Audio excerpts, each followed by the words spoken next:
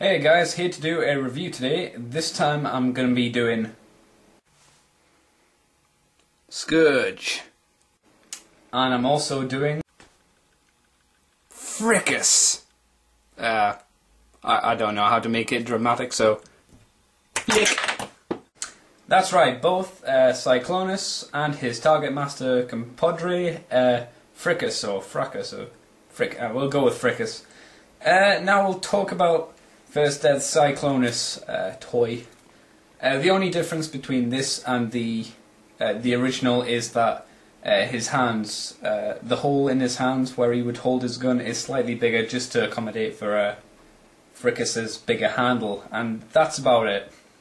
I would show you Fracas attached to the top there, but it's not really that impressive. It works better than a lot of the other Targetmasters, but yeah, actually, I think it does. It works better than a lot of the other Targetmasters, but the problem is that you need to take off this bit. And for some reason, this bit of mine that goes in his little hole in the top is very wobbly and loose. So I might need to, I don't know, put some, I don't know, something I can do. It's just, it comes off a bit too easily.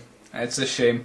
Mine is in not the best condition. I mean, it's gone down in its colouring a little bit. It's not quite as clean and blue as it used to be, but generally it's kept quite nice, except for the stickers, which are going to hell. Apart from that, there's not a lot to say about this mode, to be honest, because in my opinion it's nice. It sticks very closely to what the movie intended it to look like, but I have heard people call it a soap or a soap dish, because of, you know, his obvious soapy shape. Not the size, I mean, I've never had a soap this big before.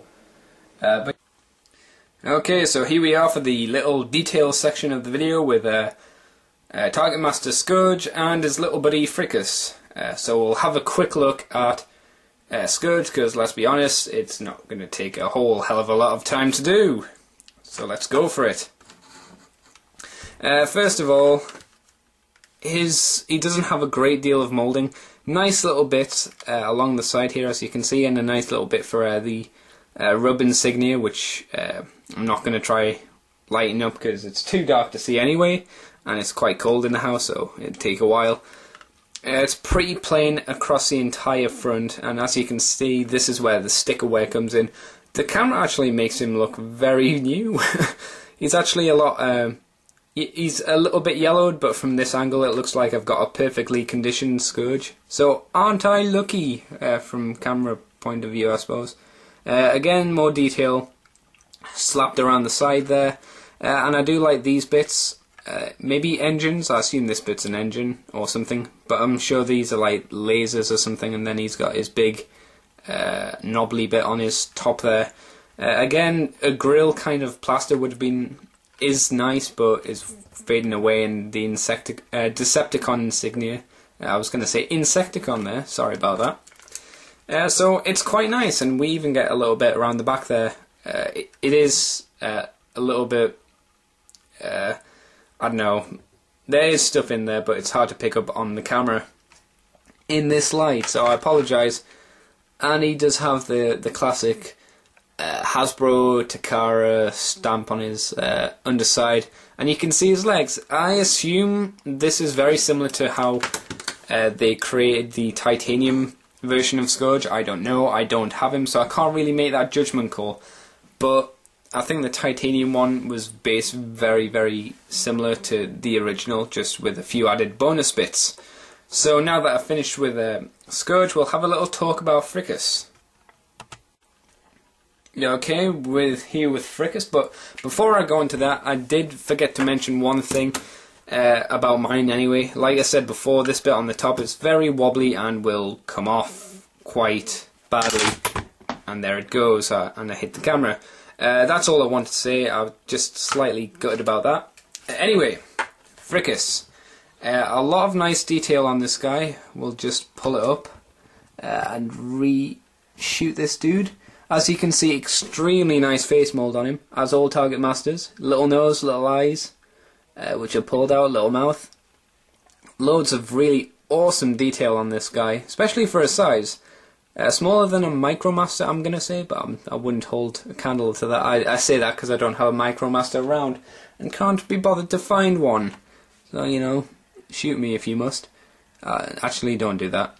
So this robot mode is very good. I really do like it. I do feel, unfortunately, that the Targetmasters do suffer from a lack of colour detail. Like, it's not really red on his face, apart from on his goggles, and then he's got this kind of bronzy brown colour underneath, and then all he's got is this grey and black, which is a bit of a shame. And of course, with all Decepticon ones, they suffer from this clip rather than the Autobot ones, which have the... I actually have one to show you.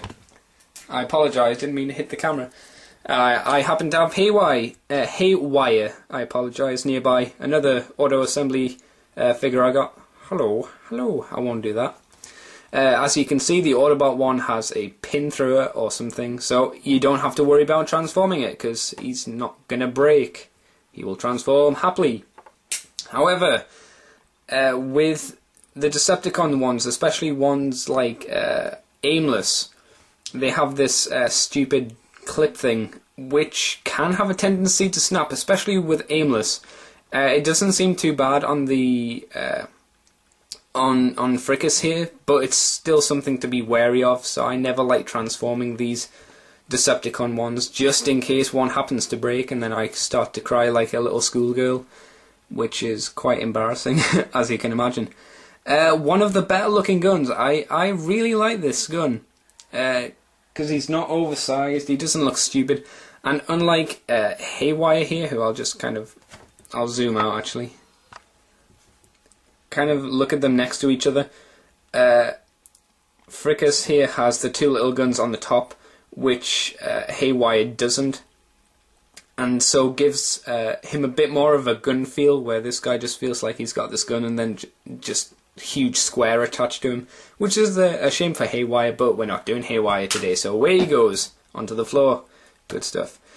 So yeah, excellent gun, and since I've got him like this, we shove back in there, and with the magic of editing, pew pew pew, pew pew pew, you of course have their combined power. Like I said downstairs, it actually works. It doesn't suffer too much. I mean, mine's not completely pushed in, but like I said before, unfortunately he does suffer because he can't hold both of his headpieces. This bit has to go off to the side somewhere, but he's pretty good. I like the figure in this mode, but I'm not here to display him in this mode, so let's move on to the robot mode very quickly.